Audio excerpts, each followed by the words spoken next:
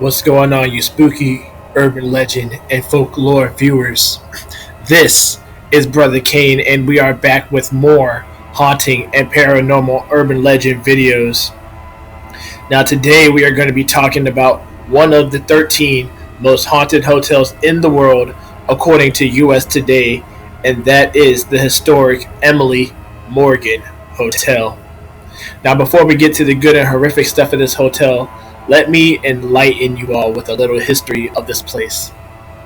This horrifying hotel that's been under the umbrella of DoubleTree since 2012 is located in the legendary Alamo Plaza in downtown San Antonio and is actually listed on the National Register of Historic Places. When looking on the outside of this hotel, it literally looks like any other boutique hotel. Now, before this building was named the Emily Morgan Hotel, it was first operated as a medical arts building around 1924 to 1976, which actually happened to be the very first doctor's building in the city of San Antonio. It had a morgue, which was the place for storage of human corpses, awaiting identification, removal for autopsy, respectful burial, cremation, or other methods of disposal, as well as a psychiatric wing on site.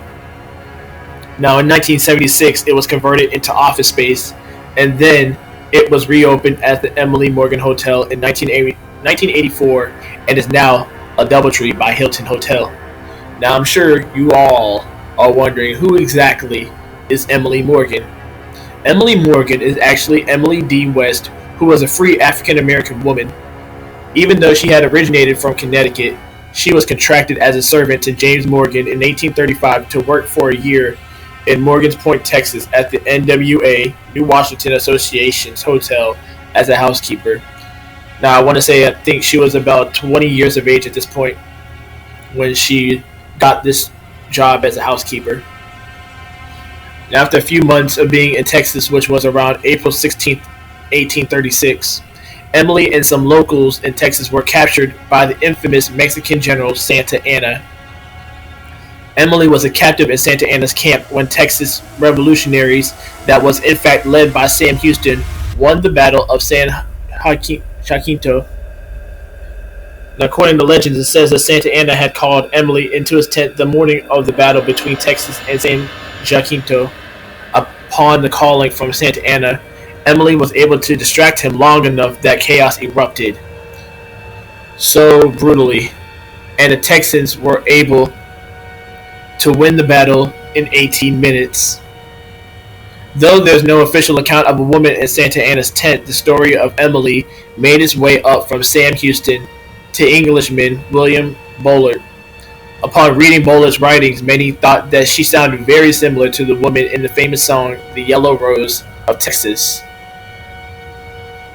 Now, I never heard the song before, so for those who live in Texas, hopefully you guys know the song and,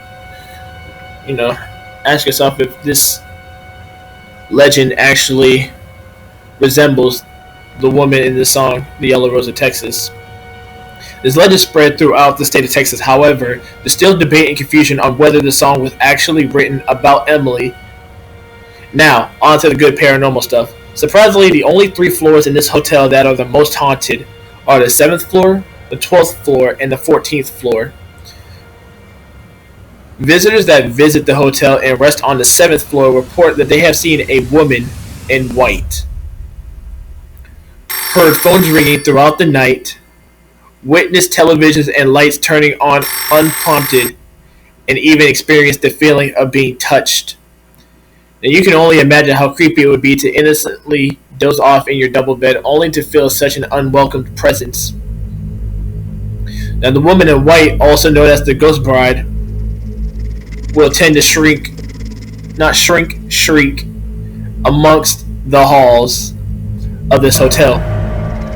The guests that would stay here would get so disturbed by these occurrences of the supernatural that they would go and ask the concierge to change rooms in the middle of the night. However, the concierge was so used to it because he would usually work the later shift. Guests that have stayed on the 12th floor have visibly witnessed their bathroom doors opening and shutting on their own accord. They even hear the noises of trickling water leak quietly going drip, drip, drip, drip.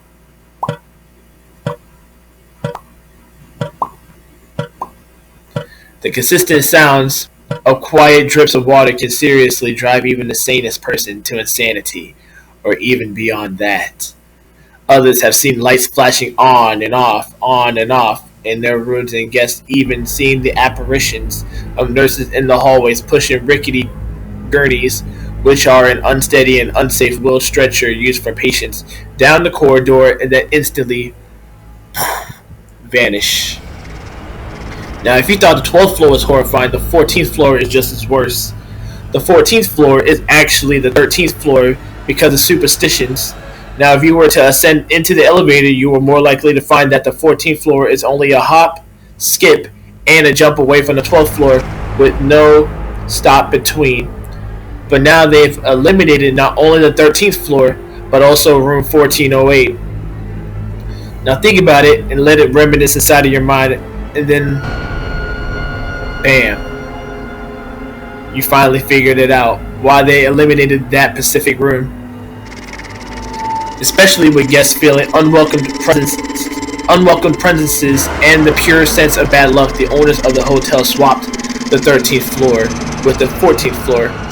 At this point, they were hoping this would make the guests feel more at ease, but even with swapping floors, it did nothing, and the 14th floor was still haunted.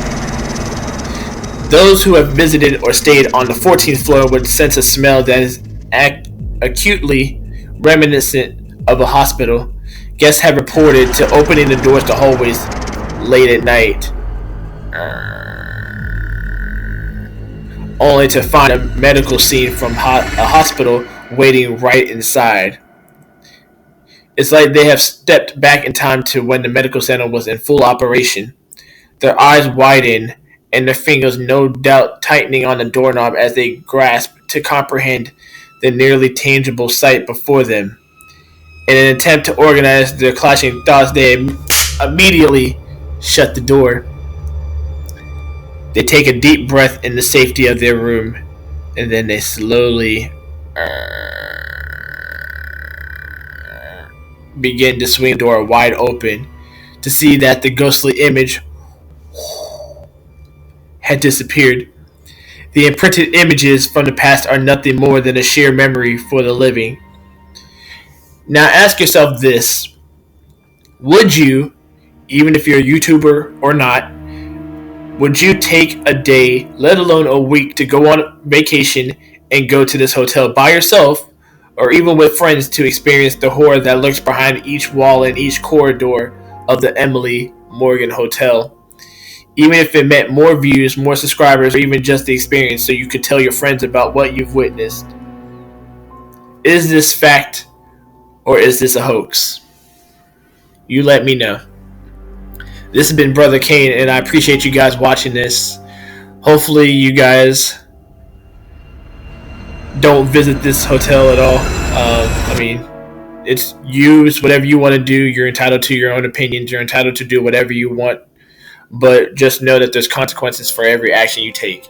So that's why I don't personally ever go to haunted hotels. I just like to talk about it so that way I know exactly which ones to avoid.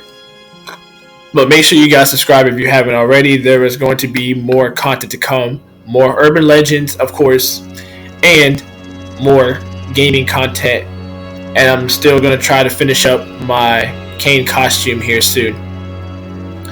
I'll start giving you guys updates on that when I start progressing more. So give this video a thumbs up if you like what you see. Make sure you guys subscribe if you haven't. Once again, it only takes 3 seconds if you haven't already. 3, 2, 1. Subscribed. There you go. That's all it takes. But hopefully you guys enjoyed this, and I will see you guys in the next video. So, peace.